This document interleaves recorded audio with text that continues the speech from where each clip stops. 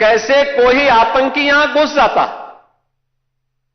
जैसे ही उन्होंने दुस्साहस किया था 2005 में, याद करिए कैसे पीएसी के जवानों ने ठक ठक ठक ठक करके वहीं पे उनको मार गिराया।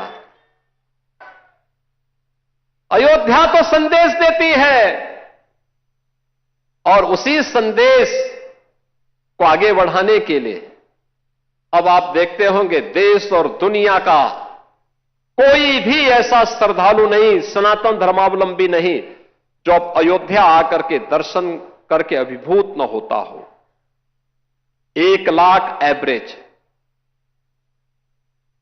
अगर हम लोग देखें पिछले 5 वर्ष के अंदर 45 करोड़ से अधिक श्रद्धालु अयोध्या धाम में आया है। जहां पर पहले कुछ लाखों में लोग आते थे। याद करिए 17 के पहले न बिजली थी, न पानी थी, न स्वच्छता थी, न सड़क थी, न कनेक्टिविटी थी, कोई सुविधा नहीं थी, सुरक्षा की भी व्यवस्था नहीं थी, और कोई जय श्री राम बोलता था तो उस पर लाठी जरूर पड़ जाते थे, गिरफ्तारियां हो जाती थी। आज तो आप देश में जाइए, राम राम बोलिए, जय श्री राम बोलिए, और अब तो भारत सरकार की योजना भी जी राम जी के नाम पर ही आ गई है, जो रोजगार की सबसे बड़ी स्कीम बनने जा रही है। कोई भी बेरोजगार व्यक्ति जब आएगा और कहेगा कि मुझे रोजगार चाहिए अपनी ग्राम पंचायत में, साल में 125 दिन का रोजगार की गारंटी उसको उसके गांव में मिल जाएगी, तो जी राम जी हो गया। बहनों और भाइयों, अयोध्या आज दुनिया की पहली सोलर सिटी, भारत की पहली सोलर सिटी के रूप में अयोध्या आ गई है। सूर्यवंश की राजधानी, पहली सोलर सिटी। अयोध्या में अंतर्राष्ट्रीय एयरपोर्ट महर्षि वाल्मीकि के नाम पर। रेलवे की डबल लाइन के साथ अयोध्या नाम जुड़ गया है। बेहतरीन कनेक्टिविटी अयोध्या का, लखनऊ से, गोरखपुर से, प्रयागराज से, काशी से, हर ओर से। अब अयोध्या में क्या नहीं है। जिस अयोध्या में सिंगल लेन की सड़कें थी, आज चारों ओर से 4 लेन की सड़कें।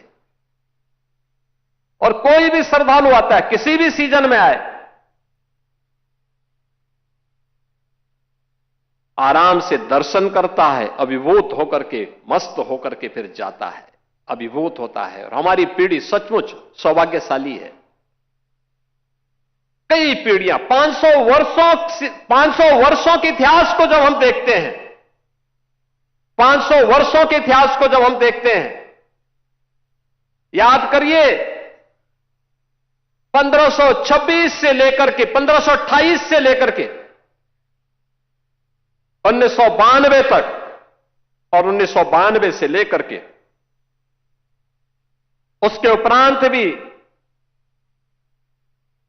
अयोध्या में हर 20-25 वर्ष के अंदर कोई ना कोई बड़ा संघर्ष राम भक्त करता था राम मंदिर को वापस लेने के लिए।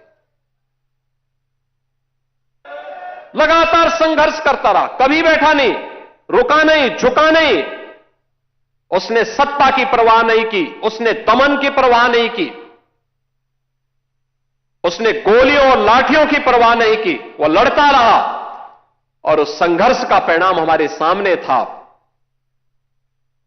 और यह आंदोलन सफलता की नई ऊंचाइयों तक तब पहुंचा जब राष्ट्रीय स्वयंसेवक संघ ने नेतृत्व दिया। पूरे पूज्य संतों को एक मंच पर लाने में, श्रद्धेय अशोक सिंघल जी ने एक मंच पर लाने में सफलता प्राप्त की। एकदम गुलामी का कलंक मिटा और भव्य राम मंदिर का मार्ग प्रशस्त होता हुआ दिखाई दिया। बहनों और भाइयों, आज उसी प्राण प्रतिष्ठा के 2 वर्ष पूर्ण होने के उपलक्ष्य में आज का यह समारोह यहां पर आयोजित हो रहा है। अयोध्या की इस दिव्यता को, इस भव्यता को अनंत काल तक बनाए रखने के लिए हम सबको, हर सनातन धर्मावलंबी को आगे बढ़ना पड़ेगा। एक साथ अपने जीवन का हिस्सा इसको बनाना पड़ेगा। ये यात्रा की विराम नहीं, ये नई यात्रा की शुरुआत है। विरासत पर गौर